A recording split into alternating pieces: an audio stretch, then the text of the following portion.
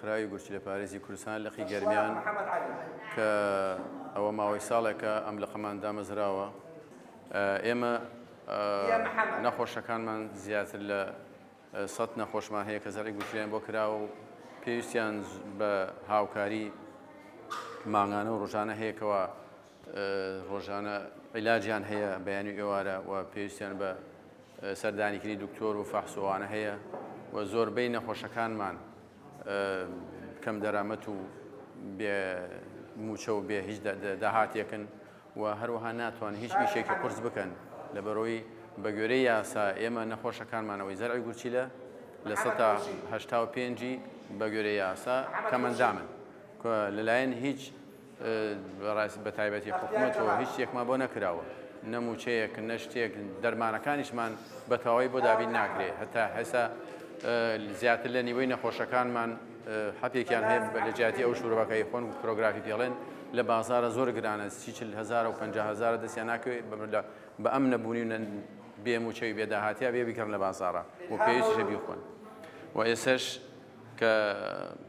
ئەم هاوکاری لەلایەن دەستگای بەخشینەوە کە کراوە بۆ ئەم نەخۆشان زۆر سوپاسیانەکەین خۆی گەورە نمونەیان زۆر کە ئەم هاوکاریان کرد بە نەخۆشەکانمان بەدەمانە هاتوون و بە نەخۆشەکانمان لەم قەیران و لەم نەهاتیەکەوە یارمەتیان پێشکەشن زۆر سوپاسیانەکەین خۆی گەورە لە سەرمایەداران و خێرخوازانیش بە زیادێکەوە هاوکاری ئەم ڕێکخراوەکەن بۆ ئەوی بەهاناوچوون بێ بۆ ئەم نەخۆشانە. دیارە ئەمڕۆکە لە ڕێکخراوی بەخشینی کوردستان هەستان بە دابینکردنی بڕێکی هاوکاری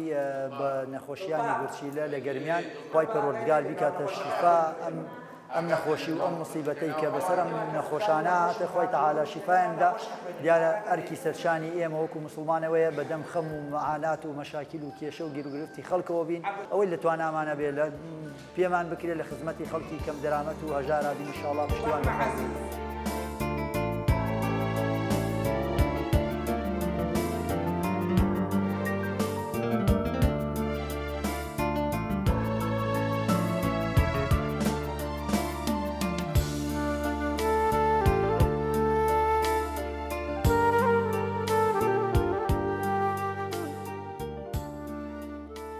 چوار ساڵ و نێوە من غەستەکەم لە بەشی گورچیلە لە سەنتەری کەلار 4 ساڵ و نیوە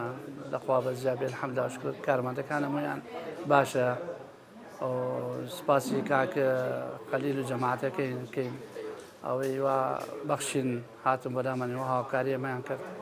زۆر سپاسیانەکەین لەخوا بەزیا بێ الحەمدوللا شکر قوسریان نییە. داهاتەکەی مە سێجا خەستەکەن یەکشەم و سێشەم و پێنجشەم 5 ساڵ و 3 مانگە ئەمە ژیاننا ئەمە حاڵەکەمە خۆی گەورەتانیش ڕازی بێ یاغڵبی ماڵتان مەعانتەبێگەمان زۆر باش بێت بەس عیلاجمان نییە عیلاجمان نییە ئەرە وەڵڵا یاغڵبی خۆی گەورەتان ڕازی بێ بۆ منەظەمە خێریە.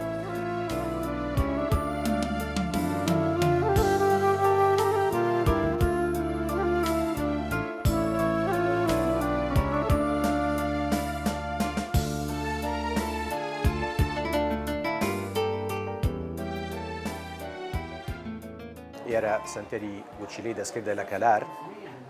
ئەم سنتەرە ئیشی ئەوەتانێ غەسل بۆ ئەو نەخۆشانە ئەکا کە گورچیلەیان لە کار کەوتووە یا وەکو پێویست کار ناکا دوو فەحس هەیە کە ڕەبتە بە وەزیفەی گورچیلەوە فەحسی یوریا و کریاتینە پزیشکە بەڕێزەکان پزیشکە پسپۆڕەکان بڕیار لەسەر ئەو دوو فەحسە ئەدەن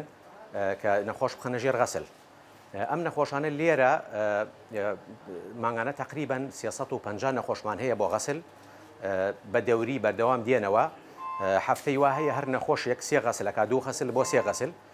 و هەر جارەی 3 سعات بۆ 4 سعات لە ژێر غەسلایە. نەخۆشەکانی ئێرە وەزعیان زۆر تایبەتە جیاوازە وەک نەخۆشی شوێنی تر نییە ئێرە ئەمان لە ڕووی تەندروستیەوە زۆر کێشەیان هەیە کێشەی دڵیان هەیە کێشەی بۆرەکانی خوێنیان هەیە زۆر کێشەی تر ئەم نەخۆشیە وای لێ ئەکا ئەگەر ئەو نەخۆشە کاریش هەبێ ئیش هەبێ ناتوانێت کار بکە یعنی ئیشی بۆ ناکرێ ئەبێ بەردەوام سەرقاڵی نەخۆشیەکەی خۆی و غەسەکەی خۆیەتی هەر ڕێکخراوێک هەر خێرخوازێک هەر دەوڵەمەندێک بتوانێت یارمەتی ئەم نەخۆشانە بدا خێرێکی زۆر گەورەیە بەڕاستی ئەمڕۆ دەستگای خێرخوازی بەخشین هاوکاری ئەم نەخۆشانەی کرد دەستیان خۆش بێ کارێکی زۆر پیرۆزیان ئەنجامدا لە ڕۆژێکی پیرۆزە هیوای سەرکەوتن هەبوو ئەخوازم سەرکەوتوو بن.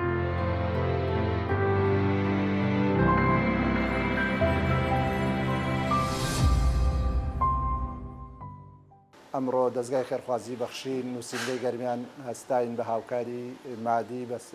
بۆ سەنتەری غەسلی گوچیلە لە کەلار. سوپاس بۆخوا ئەمڕۆ توانیمانە 50 نەخۆش بەسەر بکەینەوە. داواکارین لە خێرخوازان بێن بەدەمانەوە بۆ ئەوەی نەخۆشێکی زیاتریان هەیە